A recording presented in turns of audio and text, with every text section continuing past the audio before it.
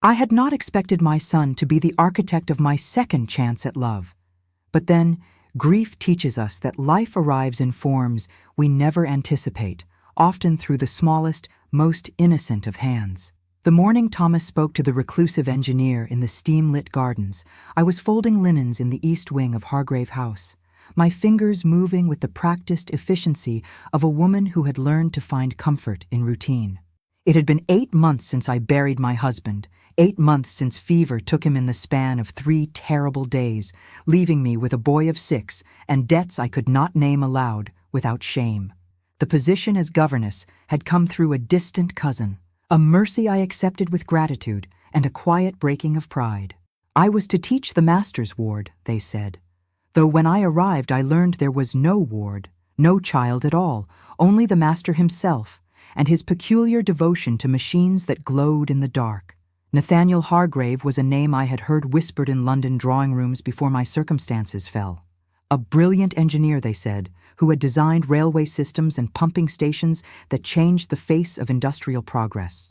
But then, his young wife died in childbirth, the infant with her, and he withdrew from society with a completeness that bordered on disappearance. He bought this estate on the outskirts of the city and filled its gardens with contraptions no one understood. Glass globes and copper pipes that hissed and glowed when twilight came. Neighbors called him mad. The housekeeper, Mrs. Bramwell, called him lost. I called him nothing at all, for in the first 2 weeks of my employment, I never saw him. He took his meals in the laboratory, a converted conservatory at the back of the house, and walked the gardens only after dark when the rest of us had retired. My duties were vague, more companion to Mrs. Bramwell than governess to anyone, and I wondered if I had been hired out of pity or some obscure guilt. Either way, I needed the position. Thomas needed a roof, and I needed distance from the rooms where my husband had died. It was Thomas who changed everything. Children possess a clarity adults have long forgotten, a belief that the world is simpler than we make it, that loneliness can be solved by stepping forward and speaking. He had been playing near the garden path, a toy soldier in his hand, when he saw the man emerge from the glass house in the afternoon light. I was at the window, watching my son as mothers do, and I saw the moment unfold like a scene in a magic lantern show. The man was tall, his dark hair slightly too long, his clothes well made but worn without care. He moved slowly, as if the weight of his own thoughts made each step an effort, and Thomas, sweet Thomas, walked right up to him and said something I could not hear. I rushed downstairs, my heart pounding with a fear I could not name. What had my son done?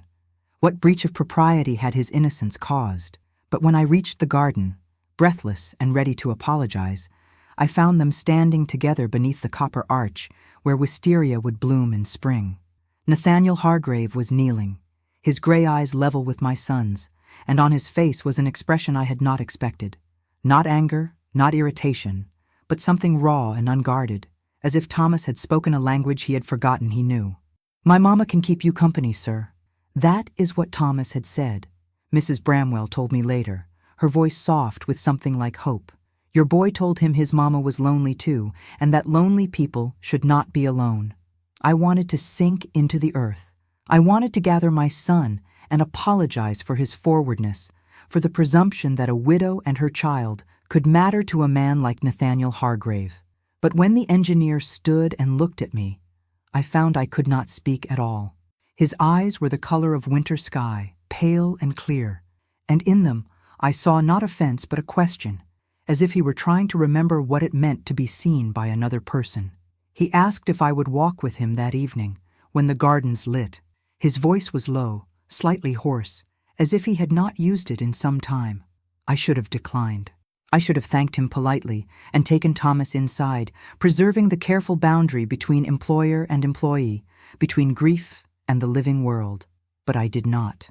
I nodded, and I saw something shift in his expression, a softening so brief I might have imagined it.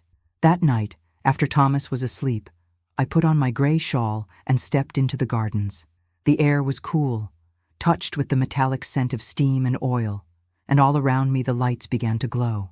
They were beautiful in a strange, unsettling way, glass spheres filled with colored water that caught the light from hidden flames, copper pipes that exhaled vapor in rhythmic pulses, as if the garden itself were breathing.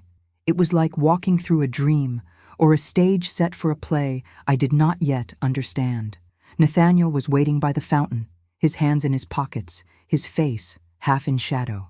When I approached, he did not smile, but he inclined his head in a gesture that might have been courtesy or relief. We walked in silence at first, the gravel crunching softly beneath our feet, and I felt the weight of all the things I did not know how to say. I am sorry for my son's boldness. I am sorry you are alone. I am sorry I agreed to this because I do not know what you want from me. He spoke first. He said Thomas reminded him of what it felt like to believe the world was kind. He said he had not spoken to anyone outside of necessity in more than a year, and that he had forgotten how to exist in the presence of another person without feeling like a ghost. His words were careful, as if he were testing each one for weight and truth, and I realized he was as uncertain as I was, as afraid of this small step back toward the living. I told him I understood. I told him that grief was a country with no map, and that I had been lost in it for months, trying to find my way back to the woman I used to be. I told him my husband had been kind, and that his death had been swift, and that sometimes I woke in the night convinced I could still hear his breathing. I do not know why I said these things to a stranger, perhaps because he was a stranger. Perhaps because in the glow of those strange lights, with the hiss of steam around us, I felt as if we had stepped outside the ordinary world, into a place where honesty was permitted. He stopped walking then and turned to face me, and I saw the full measure of his sorrow. It was there in the line of his mouth, the shadows beneath his eyes, the way he held himself as if bracing against a wind only he could feel.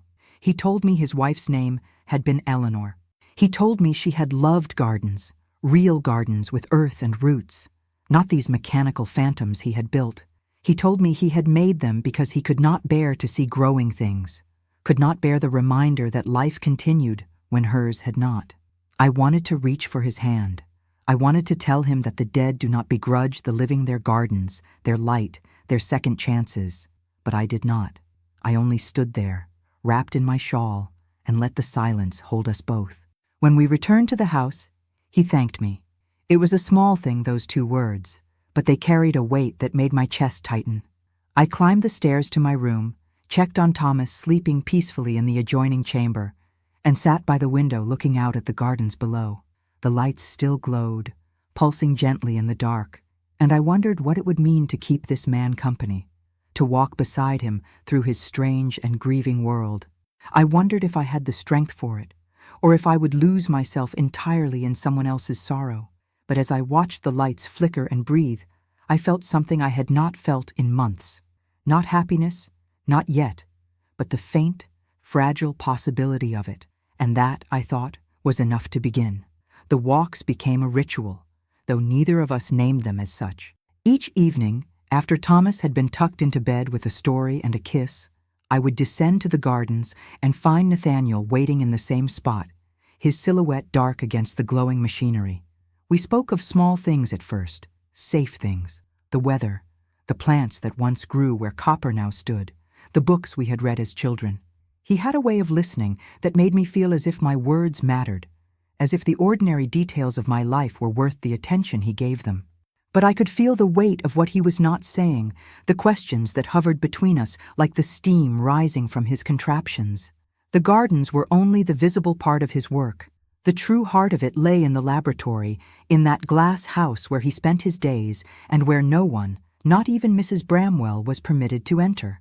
I told myself it was not my place to ask. I told myself I was merely a companion, a temporary comfort for a man who had forgotten how to live among others. But curiosity is a persistent thing, and the more time I spent with Nathaniel, the more I wanted to understand the shadows that lived behind his eyes. It was Thomas once again who gave me the opening I needed. He had been playing with his toy soldiers in the drawing room, arranging them in formations he invented, when he looked up at me with the sudden seriousness children sometimes possess. "Mama," he said, "why does Mr. Hargrave make lights that look like stars but are not stars? Why does he not just go outside and look at the real ones?" I had no answer. That night, when we walked, I asked Nathaniel the same question, softening it with a smile to show I meant no intrusion. He was quiet for a long moment, his hands clasped behind his back, his gaze fixed on the nearest glass sphere as it pulsed with amber light. Then he said something I did not expect. Because the real stars are too far away, and I needed something I could control. Something I could keep close. There was pain in his voice, a rawness that made me want to look away, but I held his gaze. I asked him what he was trying to control, and he laughed, a short, bitter sound that had nothing of humor in it. Time, he said. Memory. The unbearable fact of absence. He told me then, haltingly, about the months after Eleanor's death. He had thrown himself into his work, designing pumps and engines, anything to keep his mind occupied.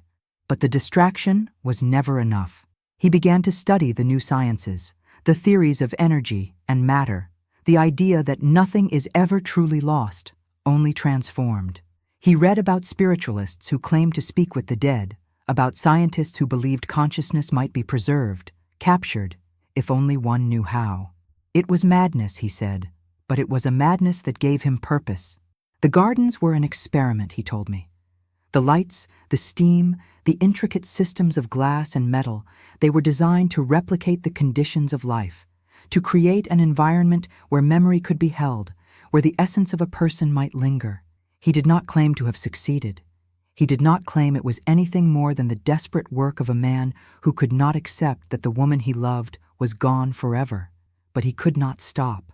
To stop would be to admit defeat, to let her go completely, and he was not ready for that. I should have been frightened.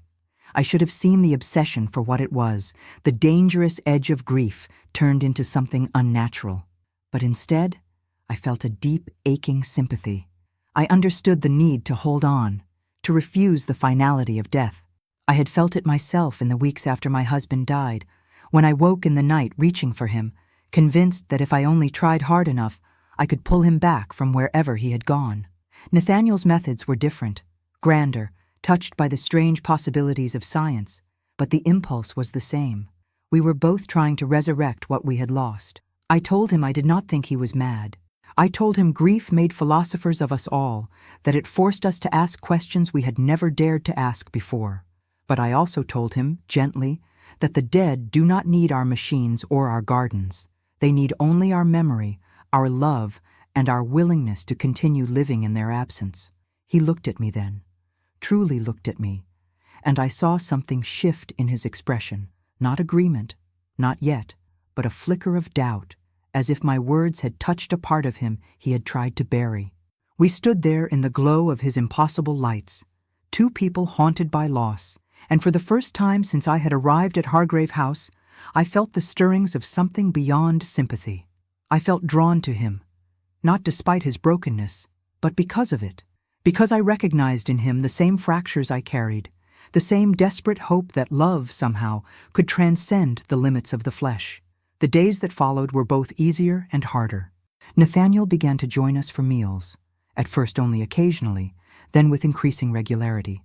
He spoke to Thomas with a gentleness that surprised me, answering his endless questions about engines and pulleys with patience and even something like joy. I watched them together, my son and this grieving man, and I felt my heart do something dangerous. I felt it begin to hope, but the laboratory remained closed to me. Nathaniel never invited me inside, and I did not ask. I told myself it was his sanctuary, the place where he wrestled with his demons, and that I had no right to intrude. But late at night, when the house was silent, I sometimes heard sounds from the glass house, the hiss of steam, the low hum of machinery, and once, unmistakably, the sound of a woman's voice, soft and distant, as if carried on the wind. I told myself I had imagined it.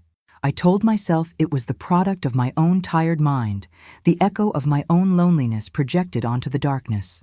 But the next morning, when I saw Nathaniel at breakfast, I noticed the exhaustion in his face, the way his hands trembled slightly as he lifted his tea.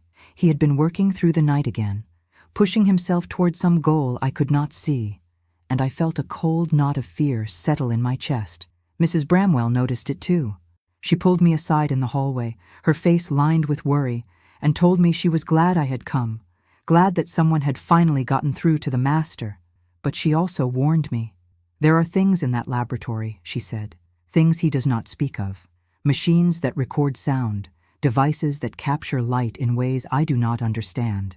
He believes he can bring her back, or at least bring back some part of her, and I fear what it will cost him if he cannot." I wanted to dismiss her concerns, to tell her that Nathaniel was a scientist, a rational man who would not lose himself completely to fantasy.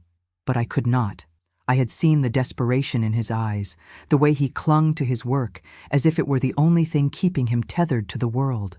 And I knew, with a certainty that frightened me, that if I stayed, I would be drawn into that desperation, that I would have to choose between protecting him from himself or standing beside him as he pursued the impossible. That night, I did not go to the gardens. I stayed in my room, watching the lights pulse and glow through the window, and I asked myself what I was willing to risk for a man I barely knew. A man who was still in love with a ghost. I had no answer. But I knew even then that I was already too close to turn away, that whatever lay ahead, I would face it with him, for better or worse. The lights burned until dawn, and I did not sleep at all. The breaking point came on a gray afternoon when autumn rain hammered against the windows and the world outside turned to silver and shadow. Nathaniel had not emerged from the laboratory in 2 days, and Mrs. Bramwell was beside herself with worry. She begged me to try, to speak to him, to convince him to eat, to rest, to remember he was still a man made of flesh and bone, not merely will and grief. I found him in the glass house, surrounded by machinery that hummed and clicked like a mechanical heart. The air was thick with steam and the sharp scent of chemicals I could not name. He stood before a large device, a cylinder of brass and glass connected to a web of wires and tubes. His shirt sleeves rolled to his elbows, his hair disheveled. He did not look up when I entered, so absorbed was he in adjusting some delicate mechanism within the machine. I spoke his name softly, not wanting to startle him. He paused, his hands stilling, and for a moment I thought he would send me away, but instead he straightened and turned to face me, and I was shocked by what I saw. His eyes were fevered, ringed with exhaustion, but also alight with something terrible and beautiful. Hope. Pure, desperate, irrational hope. He told me he had done it. He had captured her voice, not just any sound, but her exact voice, the precise timbre and inflection, preserved in a recording he had made years ago when she sang to the child she carried, believing the baby would somehow know her after birth. He had spent months refining the machinery, teaching it to reproduce not just sound, but the warmth of it, the living quality that made it hers and no one else's. He played it for me then, his hand trembling as he adjusted a dial, and from the machine came a woman's voice, clear and sweet, singing a lullaby I half remembered from my own childhood. It was beautiful. It was also unbearably sad, because the voice existed in a world of metal and steam, divorced from the body that had given it life, and no matter how perfectly it was reproduced, it remained a ghost, an echo, a thing that could never answer back. I told him this as gently as I could. I told him that what he had created was extraordinary, a marvel of engineering and devotion, but that it was not Eleanor. It was only the shadow of her, and shadows could not hold him, could not love him, could not release him from his grief. He needed to let her rest. He needed to let himself live. He looked at me as if I had struck him. He said I did not understand, that I could not possibly understand, because I had not loved as he had loved, had not lost as he had lost. The words were cruel, meant to wound, and they did. But I did not leave. I stood my ground and told him he was wrong. I had loved my husband deeply, had lost him suddenly, and I knew the temptation to turn loss into a project, to make grief into something one could solve with enough effort and ingenuity. But the dead do not want our projects. They want us to honor them by continuing to live, by finding new reasons to rise each morning, by allowing ourselves to love again. The last words hung in the air between us, fragile and dangerous. He stared at me, and I saw the moment the anger drained from his face, replaced by something raw and exposed. He asked me if that was what I was doing, if I had come to this house, to him, seeking a new reason to live. I told him the truth. I told him I had come seeking safety and distance from my grief, but that I had found something I had not expected. I had found a man who was brilliant and broken and trying so hard to hold on to what he had lost that he could not see what stood before him. I had found someone I wanted to know, to understand, to care for, if he would allow it. And I had found, against all reason, that my heart was not as dead as I had believed. He crossed the space between us in 3 strides and took my hands in his. His grip was too tight, almost desperate, and his voice was rough when he spoke. He told me he was afraid. Afraid that if he let Eleanor go, he would have nothing left of himself, that his entire identity had become bound up in the machinery of mourning. But he was also afraid of what it meant to reach for something new, to risk caring for someone who was alive and present and capable of leaving him again. I told him I was afraid too, afraid that I was not enough, that I could never compete with a memory, that I would spend my life trying to fill a space that was not truly mine. But I also told him that fear was not a reason to turn away from what we both needed. We were 2 people who had been lost in grief, and we had found each other in the most unlikely of places. That had to mean something. He released my hands and stepped back, his face a map of conflicting emotions. He asked for time. Time to finish what he had started, to say goodbye in the way he needed to say it. He promised me that when he was done, he would lock the laboratory and walk away from the machines, from the obsession, from the attempt to resurrect the past. But he needed to do this last thing, to complete the work that had consumed him for so long, before he could truly let go. I wanted to argue. I wanted to tell him that there would always be one more thing, one more adjustment, one more attempt to perfect the impossible. But I saw the plea in his eyes, the need to have agency in his own healing, and I agreed. I gave him 1 week. 1 week to finish his work, and then we would move forward, together or not at all. The next days were strange and suspended. Nathaniel worked tirelessly in the laboratory, but he also joined Thomas and me for breakfast each morning, as if anchoring himself to the rhythms of ordinary life. He taught my son about levers and gears, explaining the principles of mechanical advantage with a patience that made my heart ache. He walked with me in the gardens at dusk, though now he spoke less of Eleanor and more of the future, of designs he wanted to pursue that had nothing to do with preserving the past. I began to believe it was possible. I began to imagine a life in which the laboratory stood empty and the gardens grew real flowers again, in which Nathaniel and I built something new from the ruins of what we had lost. I even allowed myself to imagine Thomas having a father again, not a replacement for the one he had lost, but a different kind of presence, steady and kind and there. But on the 6th night, something changed. I woke to a sound I could not place, a low thrumming that seemed to come from the very walls of the house. I rose and went to the window, and what I saw made my blood run cold. The laboratory was blazing with light, every glass panel glowing as if lit from within by the sun itself, and the machines were running at a pitch and intensity I had never witnessed. Steam poured from vents, visible even in the darkness, and the thrumming grew louder, more insistent, until I could feel it in my chest like a second heartbeat. I threw on my shawl and ran through the house, my bare feet silent on the cold floors. Mrs. Bramwell was already awake, standing in the hallway with a candle in her hand and fear on her face. She told me not to go, that the master had forbidden anyone to enter when the machines were running at full capacity. But I did not listen. I pushed past her and ran toward the glass house, driven by a terror I could not name. When I reached the door, I found it locked. I pounded on it, calling Nathaniel's name, but he did not answer. Through the glass I could see him standing before the great brass cylinder, his arms raised as if in supplication or command, and around him the air seemed to shimmer and twist, as if reality itself were bending under the weight of what he had created. And then I saw her, or thought I saw her, a figure in white, translucent and wavering, standing between Nathaniel and the machine. She was beautiful, even in that unnatural, flickering form, and she was reaching for him, her mouth moving in words I could not hear. He was transfixed, his face a mixture of joy and anguish, and I realized with a sick certainty what he had done.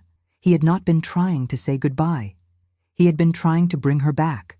The machines screamed, the light became blinding, and then everything went dark. I do not know how long I stood in that darkness, my palm pressed against the cold glass, my breath coming in ragged gasps. It might have been seconds, or minutes, or hours. Time had lost its shape, dissolved by fear and the terrible silence that followed the machine's collapse. Then I heard movement inside, a stumbling sound, and a moment later the door opened from within. Nathaniel stood in the doorway, his face pale as death, his clothes singed at the edges, smoke curling from his sleeves. He looked at me but did not seem to see me. His eyes focused on some point beyond my shoulder, beyond the house, beyond the world itself. I reached for him, and he flinched, then swayed, and I caught him as his legs buckled beneath him.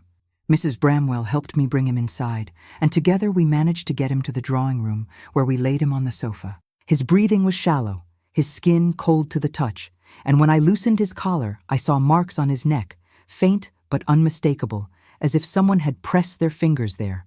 I sent Mrs. Bramwell for water and brandy, and I sat beside him, holding his hand, willing warmth back into his body. He woke near dawn, his eyes fluttering open to find me watching over him. The first thing he said was her name, Eleanor. He said it with such longing and such finality that I knew something fundamental had shifted. He tried to sit up and I helped him, propping pillows behind his back, and then he told me what had happened in that laboratory, in those last moments, before the darkness came. He said the machine had worked, or had seemed to work. The lights and sound and carefully calibrated forces had created something, a presence, a form that moved and breathed and looked at him with eyes he had thought never to see again. She had spoken to him, or he believed she had, though he could not remember the words, only the tone, which was sad and gentle and final. She had touched his face, his neck, and her touch had been cold, so cold it burned, and in that moment he had understood the terrible truth. What he had created was not Eleanor. It was not even a ghost, not in any meaningful sense. It was an echo shaped by his own desperate need, a projection of memory and longing given temporary form by forces he had bent to his will but did not truly understand. She was not there because she wanted to be. She was there because he had refused to let her go, had trapped some fragment of her in his machinery, in his grief. And the look in her eyes was not love but pleading. She wanted to be released. She wanted him to stop. He had reached for her then, tried to hold her, and she had dissolved in his hands like morning mist. The machines had overloaded, unable to sustain what they had been forced to create, and the last thing he remembered was the sound of shattering glass and a voice, her voice, whispering a single word, "Live." I did not know what to say. I held his hand tighter and felt the tremor in his fingers, the exhaustion that came not from physical effort, but from the soul's surrender. He told me he had been a fool, that he had wasted years chasing something that was never meant to be caught, building monuments to loss instead of altars to memory. He had thought he was honoring Eleanor by refusing to let her go, but he had only been punishing them both, keeping her tethered to a world she had left and keeping himself trapped in a moment of pain. He wept then, and I held him, and I let him grieve not just for Eleanor, but for the time he had lost, the years he had spent in self-imposed exile from life and light and the possibility of joy. I wept too, for my own losses, for the husband I had buried, for the loneliness I had carried like a stone. We wept together in that quiet room as the sun rose and painted the walls gold, and when the tears finally stopped, we were both emptied out, hollowed and clean. He asked me if I still wanted him, now that I knew the full extent of his madness, now that I understood how close he had come to destroying himself entirely. I told him I wanted him because of it, not despite it, because I had seen him at his worst, in the grip of obsession and grief, and I had also seen him choose to step back from the edge. I told him love was not about perfection. It was about seeing someone whole, broken parts and all, and choosing to stay. He kissed me then, softly, carefully, as if I were something fragile he might break. It was the first time his lips had touched mine, and it was nothing like the passionate embraces I had read about in novels. It was tentative and uncertain, and tasted of salt from our tears, and it was the most honest thing I had ever felt. The days that followed were ones of slow healing and careful rebuilding. Nathaniel locked the laboratory and gave me the key, a gesture both symbolic and practical. He said he did not trust himself not to return to it in moments of weakness, and that he needed me to hold him accountable, to remind him that the living world was the only world that mattered. We walked the gardens together, and he began, haltingly, to speak of dismantling the machines, of planting real flowers in the earth where copper and glass had stood. Thomas took to spending time with Nathaniel, following him about the estate with questions and observations that made us both smile. My son had lost his father, and while Nathaniel could never replace him, he offered something else, something new, a steadiness, a presence, the beginning of a bond that had nothing to do with the past and everything to do with the unfolding present. Mrs. Bramwell watched us with cautious approval, relieved to see the master taking meals regularly, sleeping through the night, engaging with the world beyond his grief. She told me privately that she had not believed it possible, that she had feared he would work himself to death in that laboratory, chasing phantoms until there was nothing left of him but smoke and regret. She credited me with saving him, but I knew better. He had saved himself. I had only stood beside him while he did it. But there was still work to be done. The laboratory remained, its machines silent but not destroyed, and I could see the way Nathaniel's gaze sometimes drifted toward it, the pull of old habits and unfinished business. I knew we could not truly move forward until that chapter was closed, until the physical remnants of his obsession were gone, and the space could be reclaimed for some other purpose. One evening, as we sat together in the drawing room with Thomas asleep upstairs, I asked him what he intended to do with the laboratory. He was quiet for a long time, staring into the fire, and when he finally spoke, his voice was resolute. He said he would dismantle it himself, piece by piece, and that he wanted me there with him. Not to help, but to witness, to hold him to the promise he had made, to ensure he did not waver or retreat into the seductive comfort of his machines. I agreed. I told him we would do it together, and that when it was done, we would plant a garden in that glass house, a real one, with roses and lavender and all the things Eleanor had loved when she was alive. We would make it a place of life, not death, of growth, not preservation. A place where Thomas could play and where we could sit in the evenings and watch things bloom. He reached for my hand and held it, and in the firelight I saw the man he had been before grief took him, the man he was slowly becoming again. He was not perfect. He was still haunted, still carried the weight of what he had lost and what he had done. But he was present. He was trying. And that, I thought, was all any of us could do. The next morning, we walked to the laboratory together, the key cold in my hand, and I knew that what lay ahead would not be easy. But I also knew we would face it together, and that made all the difference. The dismantling took 3 weeks, and every moment of it was both harder and more liberating than I had imagined. Nathaniel worked methodically, disconnecting wires and draining fluids, cataloging each component as if creating an inventory of his own obsession. I sat nearby, sometimes reading aloud from books Thomas had chosen, sometimes simply watching, bearing witness to the slow unmaking of a dream that had become a prison. He spoke as he worked, telling me about Eleanor in ways he had not before. Not the idealized ghost he had tried to resurrect, but the real woman she had been, how she had laughed too loudly at the theater and embarrassed him with her enthusiasm, how she had argued with him about politics and science, challenging his assumptions with a sharp mind he had both admired and occasionally resented, how she had been afraid during her pregnancy, terrified of childbirth, and how he had promised her everything would be well, a promise he had not been able to keep. I listened and understood that this was what he had needed all along. Not machines to capture her voice or lights to approximate her presence, but simply the space to remember her as she truly was, flawed and whole and human. In speaking of her to me, in trusting me with the full truth of who she had been, he was finally allowing himself to say goodbye. On the morning we dismantled the great brass cylinder, the device that had nearly killed him in his attempt to bridge the gap between life and death, I asked him if he regretted it, all of it. The years of work, the isolation, the desperate reaching for something he could never hold. He paused, his hands resting on the cold metal, and thought for a long time before answering. He said he regretted the time he had lost, the life he had refused to live. But he did not regret loving Eleanor so deeply that her loss had unmade him. Love like that, he said, even when it led to madness, was still love. It was still worthy.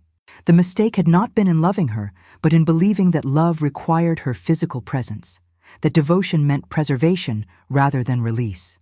He had learned finally that the greatest act of love was not to hold on, but to let go, to honor the dead by embracing the living. When the last piece was carried out and the glass house stood empty, we stood together in that hollow space, and I felt the weight of what we had accomplished. It was not just the physical dismantling of machinery. It was the dismantling of grief itself, the careful taking apart of the structures we build to protect ourselves from loss, the acknowledgement that protection can become its own kind of prison. Nathaniel turned to me then and asked if I would marry him. Not someday, not when enough time had passed to make it respectable, but soon as could be arranged. He said he had wasted too much of his life already, and he did not want to waste another day without me. He said he loved me not as a replacement for what he had lost, but as something new and unexpected, a gift he had not known to hope for. I said yes without hesitation.